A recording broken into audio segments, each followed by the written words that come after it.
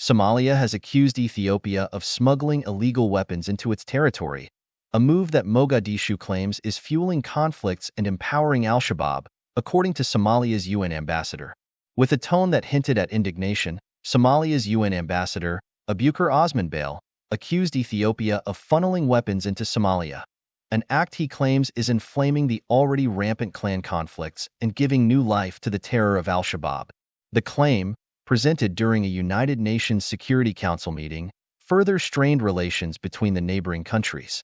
My delegation expresses deep concern regarding the recent smuggling of sizable illegal weapons from a troop-contributing neighboring country into Somalia, Bale stated. The proliferation of these weapons poses a significant threat to peace and security in Somalia by fueling clan conflicts and empowering Al-Shabaab. The July 15th incident involved Somali security forces intercepting 2 truckloads of illegal weapons near the Ethiopian border, leading to a violent confrontation with local militias and resulting in multiple fatalities. Somali officials insist that these weapons were smuggled from Ethiopia, though Ethiopian authorities have vehemently denied any involvement. Relations between Somalia and Ethiopia have been on a downward spiral since January 2024, following Ethiopia's controversial Memorandum of Understanding (MOU) with Somaliland. This agreement, which grants Ethiopia access to the Red Sea in exchange for recognizing Somaliland's independence, has been condemned by Somalia as a violation of its sovereignty. In retaliation, Somalia expelled Ethiopia's ambassador and ordering the shutdown of Ethiopian consulates in Somaliland and Puntland. Efforts to mediate the growing tensions have so far proven unsuccessful. 2 rounds of negotiations, facilitated by Turkey and Ankara, failed to bridge the deepening divide between Somalia and Ethiopia. Despite Turkey's attempts to act as a neutral mediator, the discussions stalled as both sides refused to budge on key issues, particularly the controversial MOU. Somalia insisted on the immediate annulment of the agreement, while Ethiopia remained steadfast in its pursuit of access to the Red Sea through Somaliland. The failure of these negotiations has only further strained relations, leaving the prospect of a diplomatic resolution increasingly remote.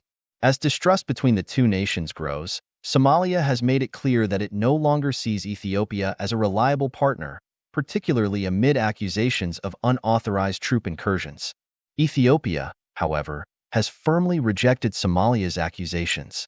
Ethiopian Foreign Ministry spokesman Nebiyu Tedla has gone on record to dismiss the allegations as baseless. Ethiopia has been sacrificing in the service of peace and stability of the brotherly people of Somalia for more than 3 decades, Tedla stated.